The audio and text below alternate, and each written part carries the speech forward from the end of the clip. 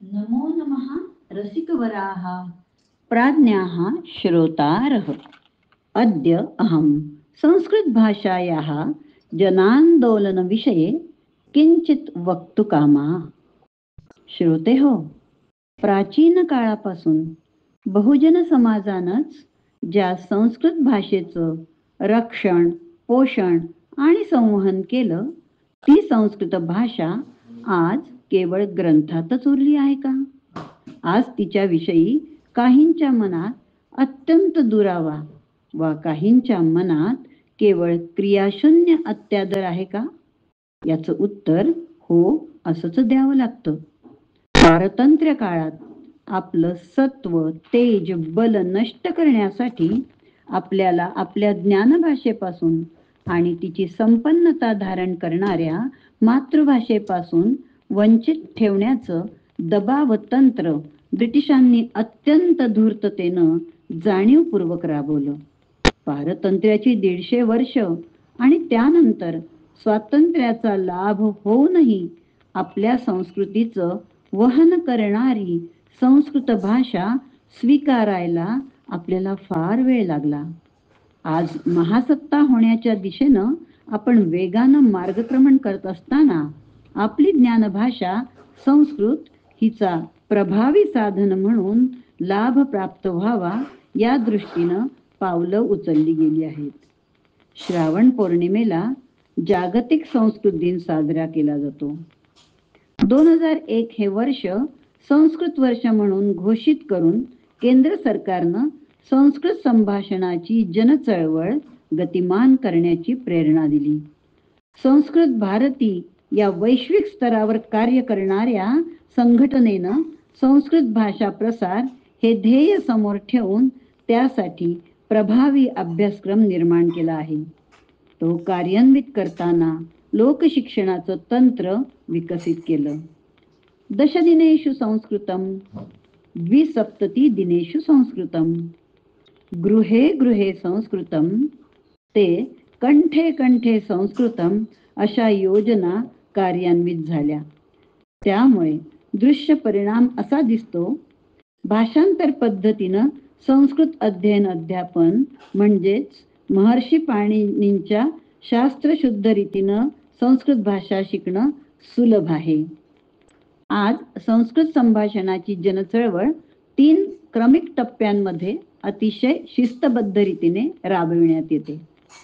पहिल्या वर्षी स्थानिक जनसंमेलन आयोजित केलं जातं, ज्यात प्रत्येक गावातील अधिकाधिक लोकांपर्यंत संस्कृत भाषा, गीत, नाट्य, साहित्य परिचय, स्तोत्र पठण, भाषिक आणि मैदानी क्रीडा याद्वारे परिचयाची होते.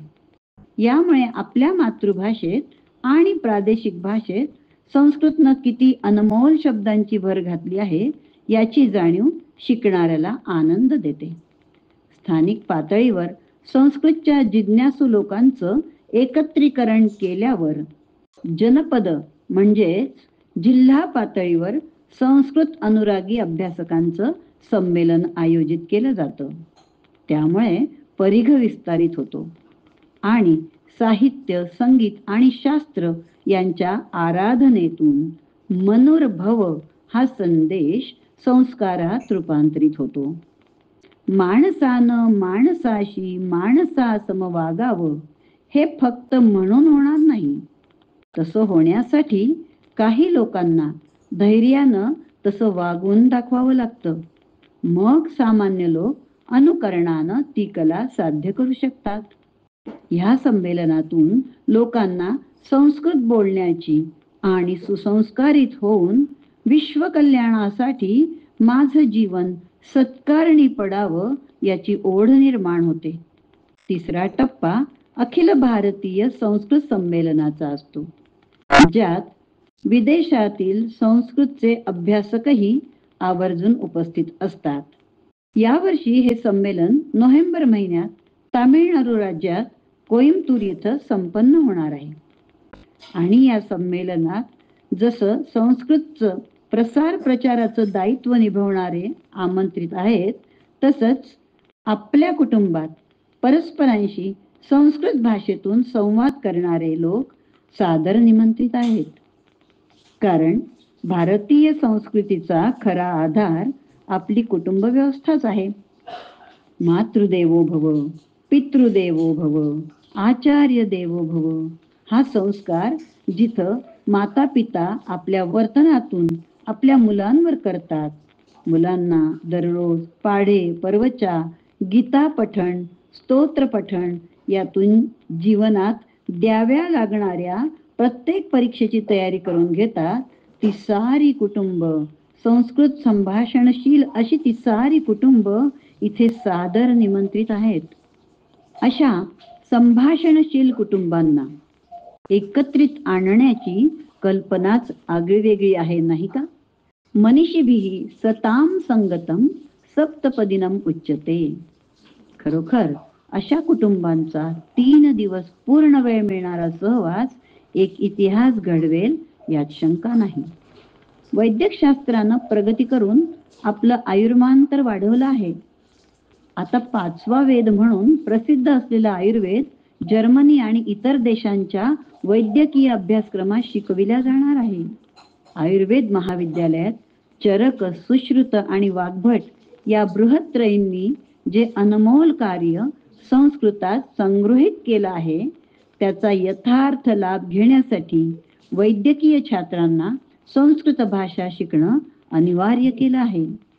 कारण केवळ अनुवादानं यथार्थ ज्ञान कसं होणार?